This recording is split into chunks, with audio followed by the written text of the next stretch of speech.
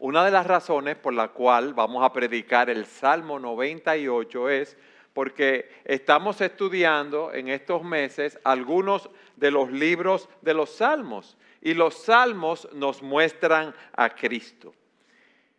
Pero el Salmo 98 tiene una particularidad y es que fue el que sirvió de inspiración a Isaac Watt para componer el himno al mundo paz.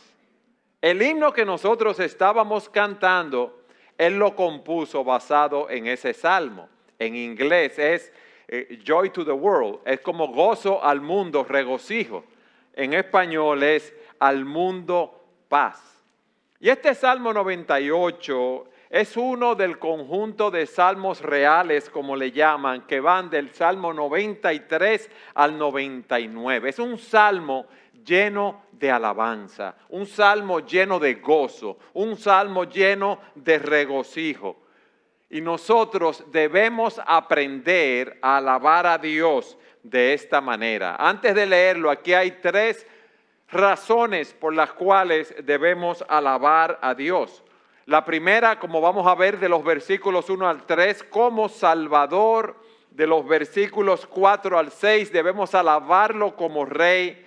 Y de los versículos 7 al 9, debemos alabarlo como Juez. Este salmo nos exhorta a cantar de la salvación y la victoria que Dios nos da a nosotros. Y con eso en mente quiero que leamos los 9 versículos del Salmo 98. Salmo 98, dice así la palabra de Dios. Canten al Señor un cántico nuevo porque ha hecho maravillas. Su diestra y su santo brazo le han dado la victoria, le han dado la salvación, es la idea. El Señor ha dado a conocer su victoria a la vista de las naciones, ha revelado su justicia. Se ha acordado de su misericordia y de su fidelidad para con la casa de Israel.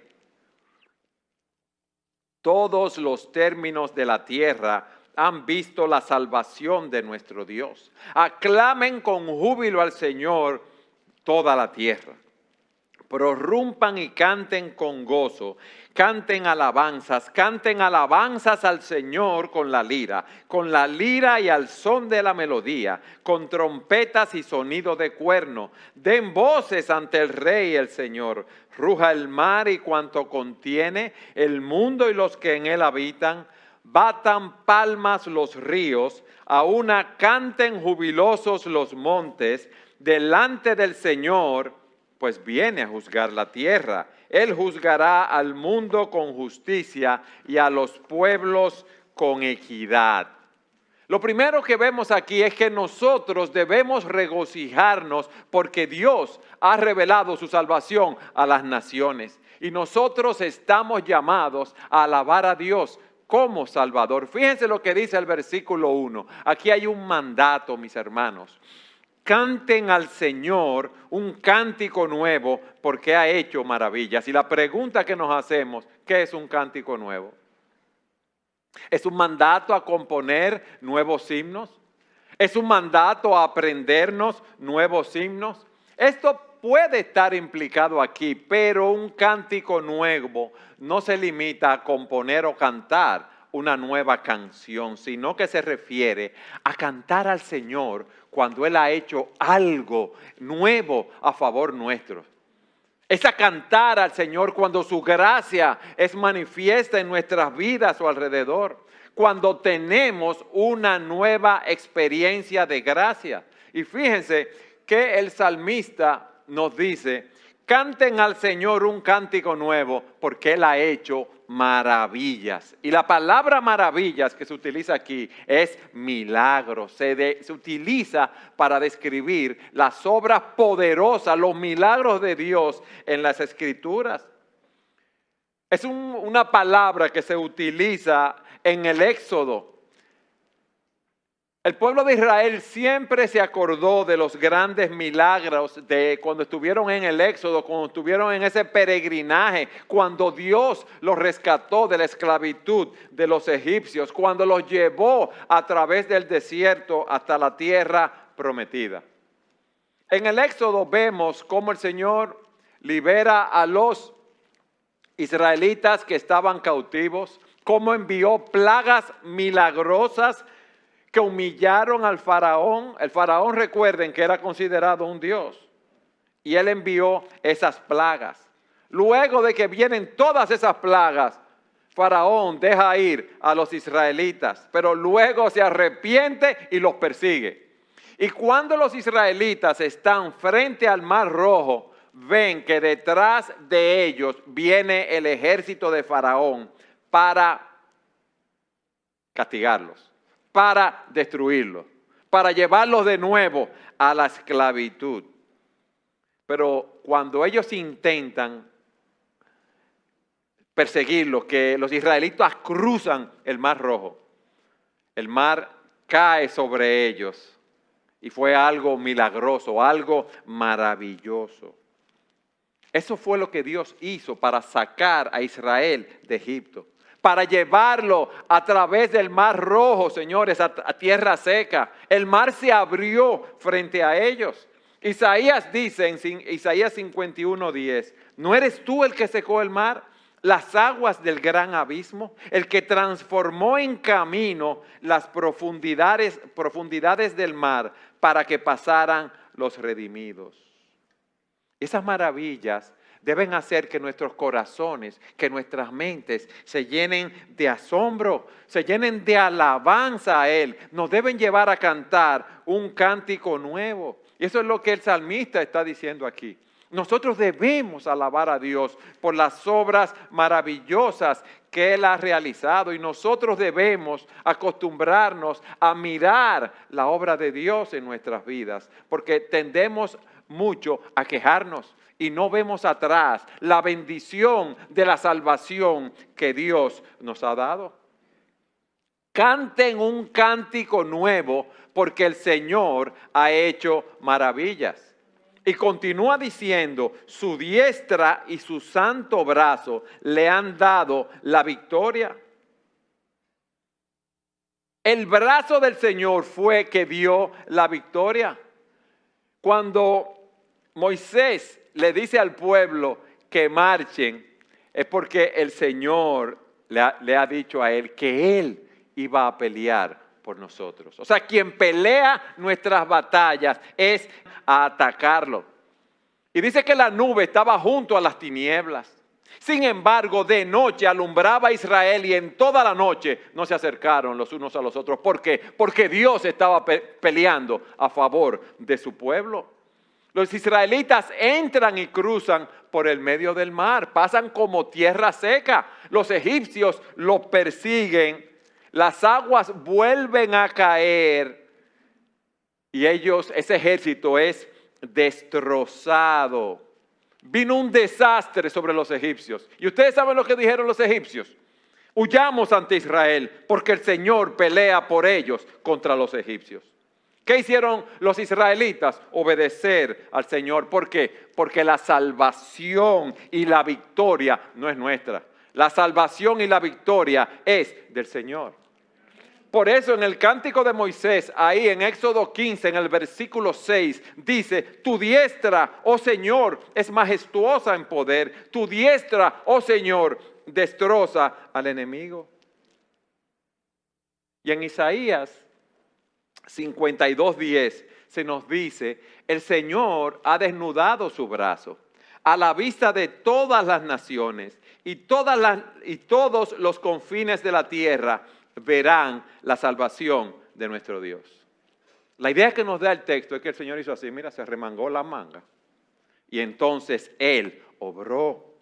Su brazo, su diestra les dio la victoria.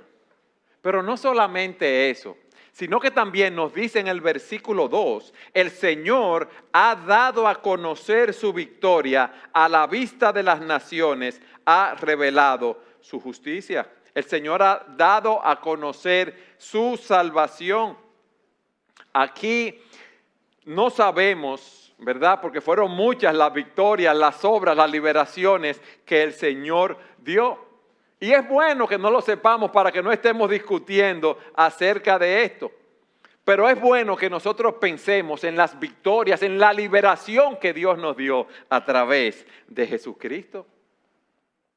La narración del nacimiento de Jesús muestra que estamos en lo correcto cuando aplicamos este salmo de esa manera, como lo aplicó Isaac Watts. Cuando Jesús nació en Belén, en cumplimiento de las profecías de Miqueas capítulo 5 versículo 2, oigan lo que el ángel proclamó a los pastores en Lucas capítulo 2 versículos 10 y 11, y lo pueden buscar. Lucas 2, 10 y 11. Pero el ángel les dijo: no teman, porque les traigo buenas nuevas de gran gozo que serán para todo el pueblo, porque les ha nacido hoy en la ciudad de David un Salvador, que es Cristo el Señor. Yo les voy a enviar un Salvador a ustedes que los libere de su mayor problema. ¿Ustedes saben cuál es ese problema? El pecado. Ese es el mayor problema que tenemos todos los hombres. Porque dice la Escritura que todos nosotros hemos pecado, que todos nosotros hemos transgredido la ley de Dios, que no hay justo ni a uno, que no hay quien entienda, que no hay quien haga lo bueno, que no hay quien busque a Dios, que aún a todos nos hemos desviado de los caminos de Dios, y ese pecado nos ha separado de Dios, y ese pecado nos lleva a una condenación eterna. Y lo más malo es que no hay nada bueno en nosotros, no hay ninguna obra que podamos hacer para agradar a Dios. ¿Y qué podemos hacer entonces? ¿Hay alguien en el mundo que nos pueda ayudar? No, no lo hay, pero sí hay alguien en los cielos que nos puede ayudar, y ese es Jesucristo. En la Nueva Traducción Viviente, en Romanos 3, 24, dice lo siguiente: sin embargo, con una bondad que no merecemos, Dios nos declara justos por medio de Jesucristo, quien nos liberó del castigo de nuestros pecados. Pues Dios ofreció a Jesús como el sacrificio por el pecado. Las personas son declaradas justas a los ojos de Dios cuando creen que Jesús sacrificó su vida al derramar su sangre. Y ese sacrificio muestra que Dios actuó con justicia cuando se contuvo y no castigó a los que pecaron en el pasado. Él envió a su Hijo a morir en la cruz del Calvario por nuestros pecados. Dios nos ha librado, mis hermanos, de la presencia, del poder del pecado. Nos libró de la pena del pecado, del castigo que el pecado llevaba. Nos ha dado poder para vencer el pecado y algo más. Seremos liberados de la presencia del pecado cuando seamos glorificados. Miren algo. Hay un enemigo que todos nosotros tememos. ¿Cuál es ese enemigo? La muerte. La muerte. No sabemos o no sabíamos qué iba a ser de nosotros. Si teníamos conciencia que íbamos camino a una condenación eterna, no sabíamos lo que podíamos hacer para ser salvos. Pero ahora en Cristo, cuando llegue ese enemigo, nosotros resucitaremos de entre los muertos y estaremos en la presencia de Dios, porque ya Jesucristo obtuvo la victoria en la cruz del Calvario. Por eso Pablo dice: cuando esto corruptible se haya vestido de incorrupción y esto mortal se haya vestido de inmortalidad, entonces se cumplirá la palabra que está escrita: devorada ha sido la muerte en victoria. Y por eso él dice: ¿dónde está, oh muerte, tu victoria? ¿Dónde, oh sepulcro, tu aguijón? Y continúa diciendo: pues el pecado es el aguijón que termina en muerte, y la ley le da al pecado su poder, pero gracias a Dios que Él nos da la victoria sobre el pecado y la muerte por medio de Jesucristo. Yo les voy a dar un Salvador, Cristo el Señor. Él pagó en la cruz del Calvario por nuestros pecados. Él nos libró de la penalidad del pecado. Él nos da el poder para vencer el pecado en nuestras vidas. Llegará el día que estaremos en su presencia y seremos liberados también de la presencia del pecado en nuestras vidas. Y mientras estemos en este mundo, no importa lo que venga, no importa lo que nos pase, ya Dios nos dio la salvación en Jesucristo.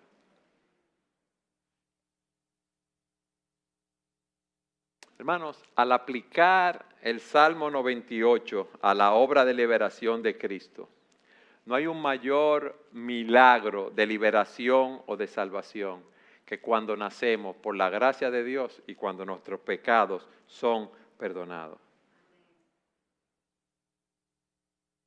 Miren lo que profetizó Zacarías, hablando de su hijo Juan el Bautista, quien prepararía el camino del Señor, el Mesías, cuyo papel sería para dar a su pueblo el conocimiento de la salvación por el perdón por sus pecados. Por la entrañable misericordia de nuestro Dios, con que la aurora nos visitará desde lo alto, para dar luz a los que habitan en tinieblas y en sombra de muerte, para guiar nuestros pies por el camino de paz. Al mundo paz nació Jesús. Nosotros debemos cantar un cántico nuevo por la obra de redención y de salvación que realizó nuestro Señor Jesucristo en la cruz del Calvario. En su amor por nosotros, Él dejó su trono en los cielos. Él vino y se encarnó y nació de una virgen, vivió una vida perfecta y murió en la cruz del Calvario por nuestro pecado, por nosotros, que éramos sus enemigos, que lo odiábamos, que estábamos en oscuridad espiritual, que estábamos en juicio y en muerte. Ustedes saben que en Apocalipsis 5, en los cielos, se canta un cántico nuevo. Vayan conmigo allí, en el capítulo 5, versículos 9 y 10. Ese cántico nuevo que se canta allí.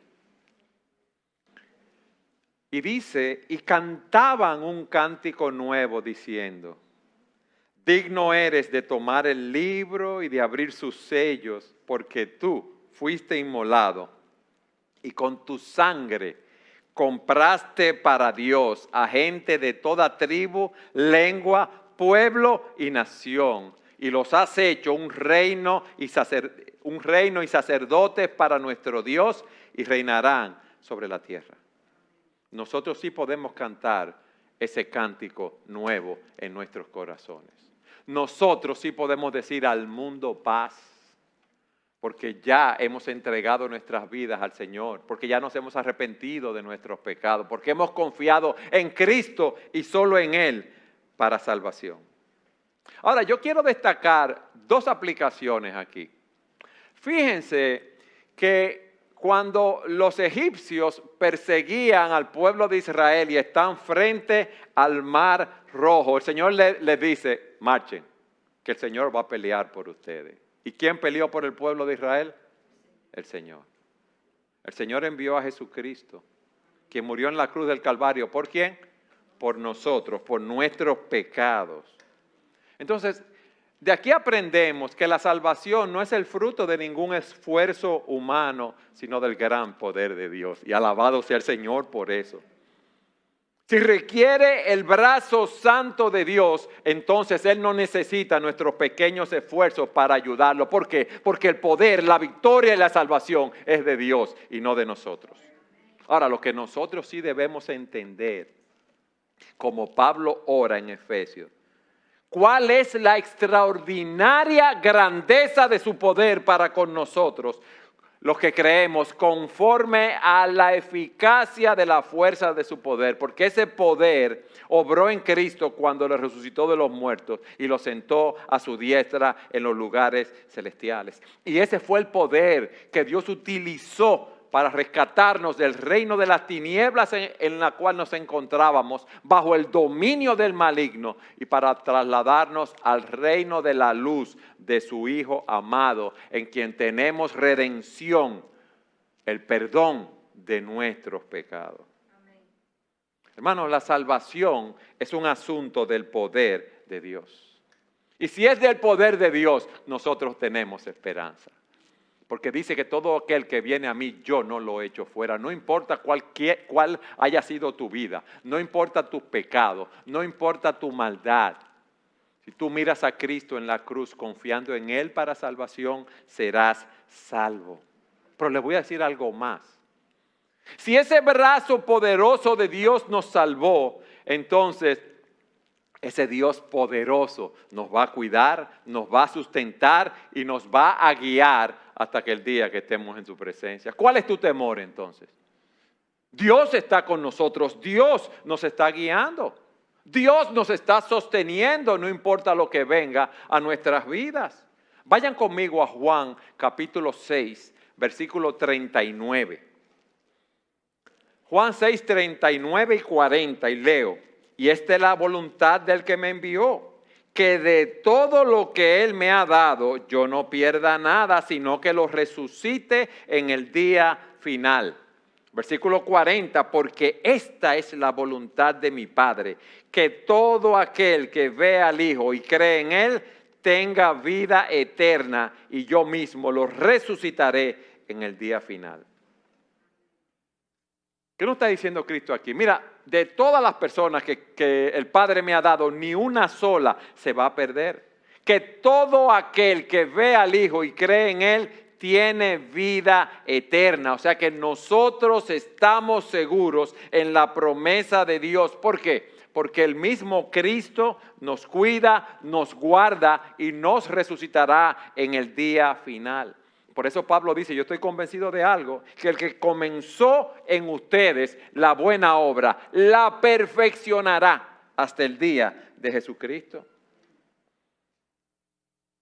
Nosotros podemos estar en paz, no importa lo que pase. Nosotros tenemos un Salvador poderoso que es nuestro buen pastor. Por eso Él dice en Juan, mis ovejas oyen mi voz y yo la conozco y me siguen. Yo les doy vida eterna. Y no perecerán jamás, y nadie las arrebatará de mi mano. Mi Padre que me las dio es mayor que todos, y nadie las puede arrebatar de la mano del Padre. Tú y yo hemos sido comprados con la sangre de Cristo, como vimos. Entonces, nada ni nadie nos puede separar del amor de Dios que es en Jesucristo. Para que Dios nos suelte a nosotros, hermanos, tendría que soltar a Cristo. Y eso es imposible. ¿Por qué? Porque Dios el Padre, Jesucristo, el Espíritu, están comprometidos en cuidar y preservar a sus ovejas. Ustedes quieren mayor motivo de regocijo que tener un Salvador como el que nosotros tenemos. Pero no solo eso, nos ha dado también su divino poder para que podamos llevar vidas de piedad como debemos llevar. Por eso tenemos razones para cantar un cántico nuevo. ¿Ustedes ven? Porque Dios ha hecho maravillas. Su diestra y su brazo nos han dado la victoria. El Señor ha dado a conocer su salvación, pero fíjense lo que dice ahí en el versículo 2, en la segunda parte. Ha dado a conocer su salvación, su victoria, a la vista de las naciones, ha revelado su justicia. A la vista de las naciones que no conocían a Dios, las naciones que no eran judíos, sus obras maravillosas fueron tan grandes que las naciones pudieron conocerla. Y miren lo que dice en el versículo 3, que esa salvación de Dios ha sido revelada porque se ha acordado de su misericordia y de su fidelidad para con la casa de Israel. Todos los términos de la tierra han visto la salvación de nuestro Dios. Dios ha sido misericordioso, mis hermanos. Dios ha hecho un pacto con su pueblo. Y Dios no se va a volver atrás de hacernos bien. Dios es verdadero. Él no va a violar sus promesas. Dios hizo un pacto con Abraham y le dijo, en ti van a ser benditas todas las familias de la tierra. Y esa promesa no se ha ido, mis hermanos. No se ha ido. Dios está ahí obrando en nuestras vidas. Cristo es de esa simiente y Cristo vino y murió en la cruz del Calvario por nuestros pecados para llevarnos a Dios. Cristo fue hecho maldición. ¿Por qué? Para satisfacer la justicia de Dios, para pagar la pena del pecado que tú y yo debimos haber pagado. Dios levantó un Salvador. Y Dios, mis hermanos, va a cumplir esas promesas porque Dios es fiel, porque Dios es fidedigno, porque Dios es digno de confianza. Entonces, esa primera estrofa de este salmo nos muestra que debemos regocijarnos porque Dios es nuestro Salvador. Debemos regocijarnos porque ese Dios justo, amoroso y fiel ha revelado su salvación a las naciones a través de Jesucristo. Pero en segundo lugar, se nos dice cuál debe ser la respuesta apropiada que debemos dar a la obra de salvación de Dios. Y eso es lo que nos dice de los versículos 2 al 4. Se nos dice: aclamen con júbilo al Señor toda la tierra, prorrumpan y canten con gozo, canten alabanzas al Señor con la lira y al son de la melodía, con trompetas y sonido de cuerno, den voces ¿ante quién? Ante el Rey y Señor. Dios es Rey.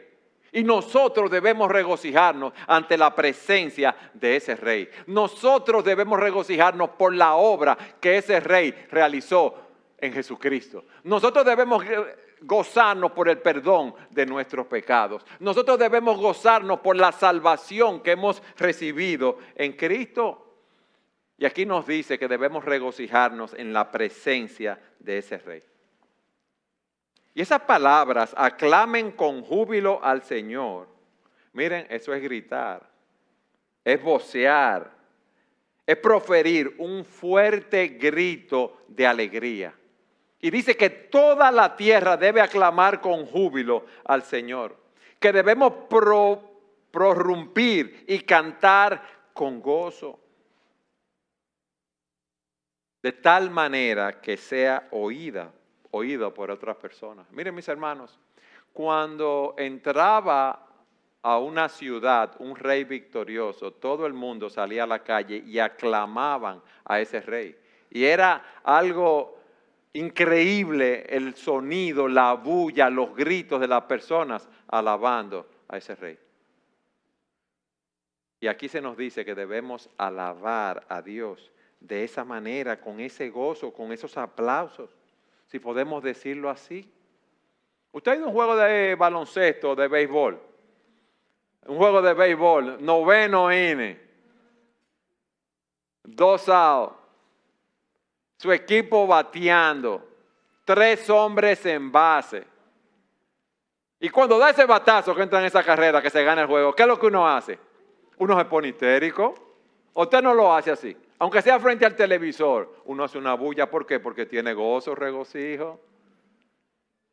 Cuanto mayor regocijo debemos tener nosotros en la presencia de Dios. Eso es lo que debemos ver aquí.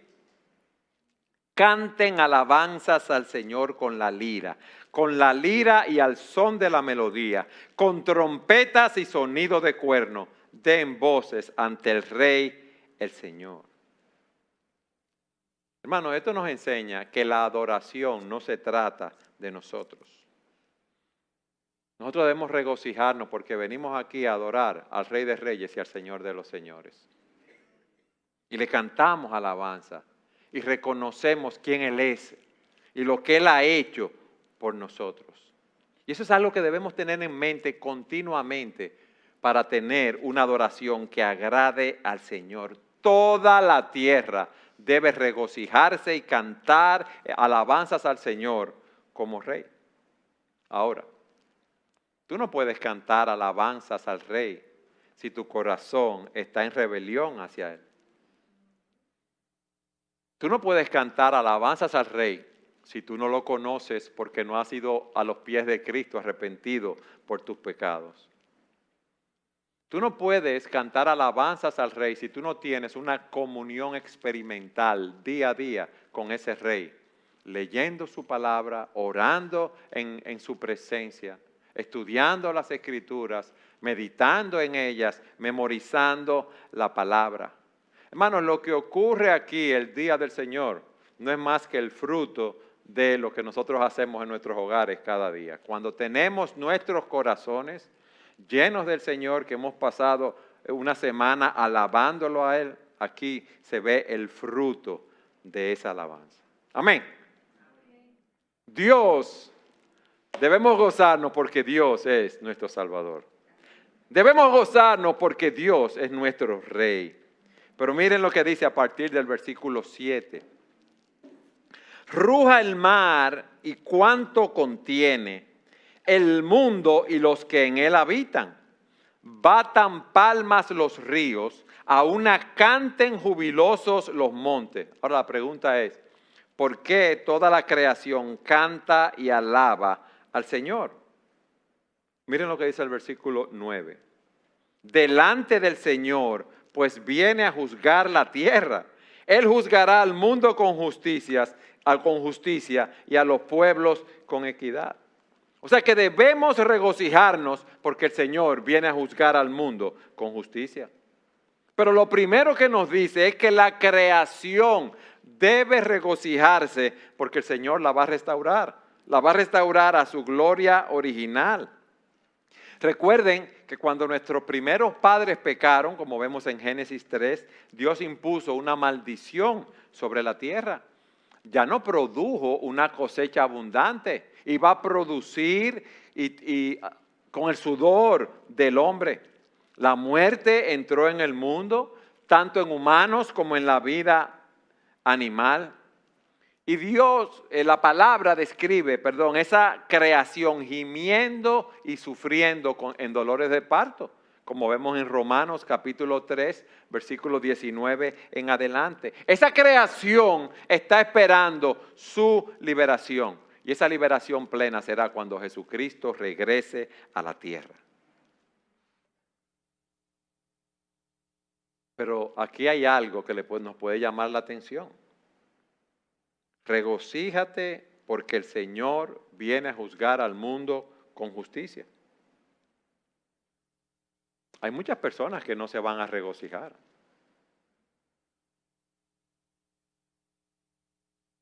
Pero el Señor viene y viene como juez.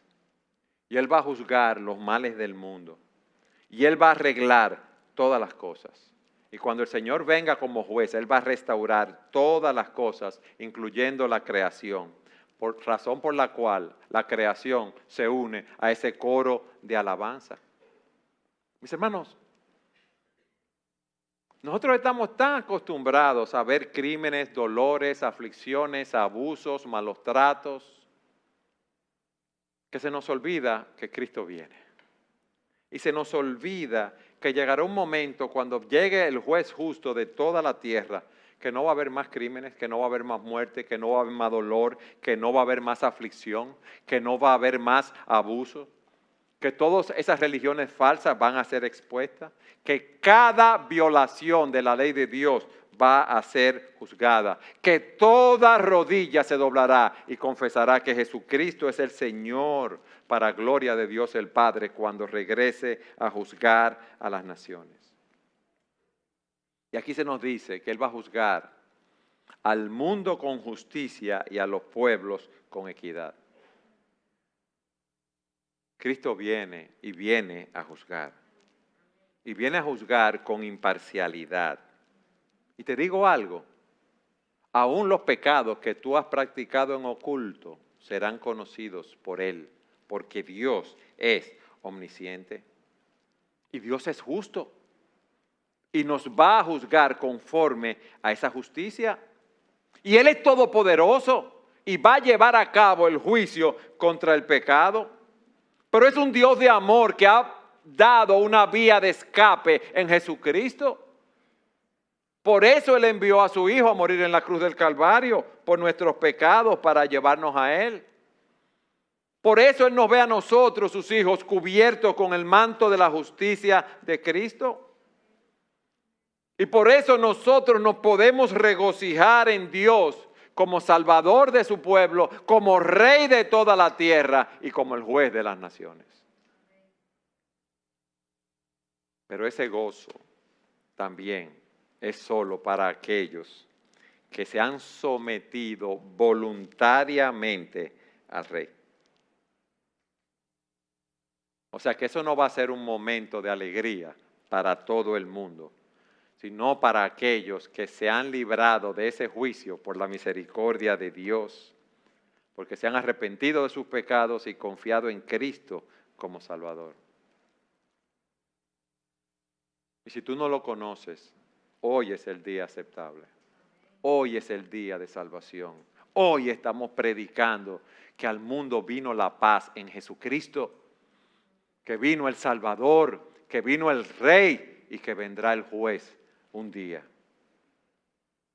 Y nosotros los creyentes en ese día nos vamos a alegrar cuando venga el Señor. Pero aquellos que no lo conocen se van a llenar de terror porque rechazaron al Rey de Reyes y al Señor de los Señores. Y esa es mi exhortación. Y óigame bien, niños y jóvenes que están aquí con nosotros. Cuando tú escuches cantar al mundo paz, asegúrate que la venida de Cristo sea una fuente de gozo y de alegría para ti y no una causa de miedo, de terror y de condenación. Una causa de gozo para ti porque has entregado tu vida al Señor.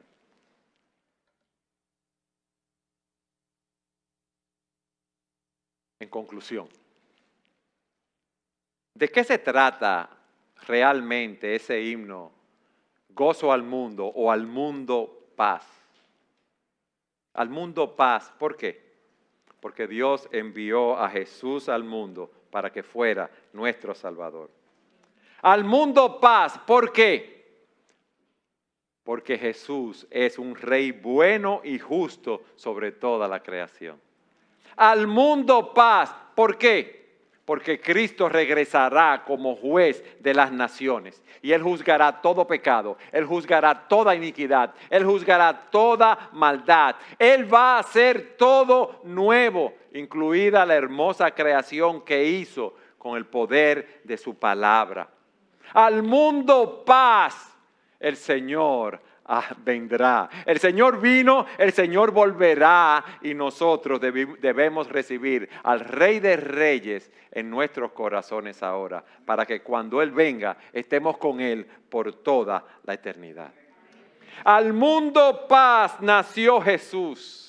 Nació ya nuestro Rey, el corazón ya tiene luz y paz su santa grey, y paz su santa grey. Al mundo paz, el Salvador en tierra reinará. Ya es feliz el pecador, Jesús perdón le da, Jesús perdón le da. Al mundo Él gobernará con gracia y con poder. A las naciones probará su amor y su poder, su amor y su poder, su amor y su poder. Al mundo paz. Alabado sea el nombre del Señor. Alabado sea Jesucristo nuestro Salvador. Alabado sea nuestro Rey. Y alabado sea ese juez que vendrá a juzgar la tierra. Y alabado sea nuestro Dios por ese bendito plan de salvación que nos ha dado en Jesucristo y por el perdón de nuestros pecados. Alabado sea el Señor, porque reinaremos con Él para siempre como reyes y sacerdotes. Gloria a Dios. Al mundo paz.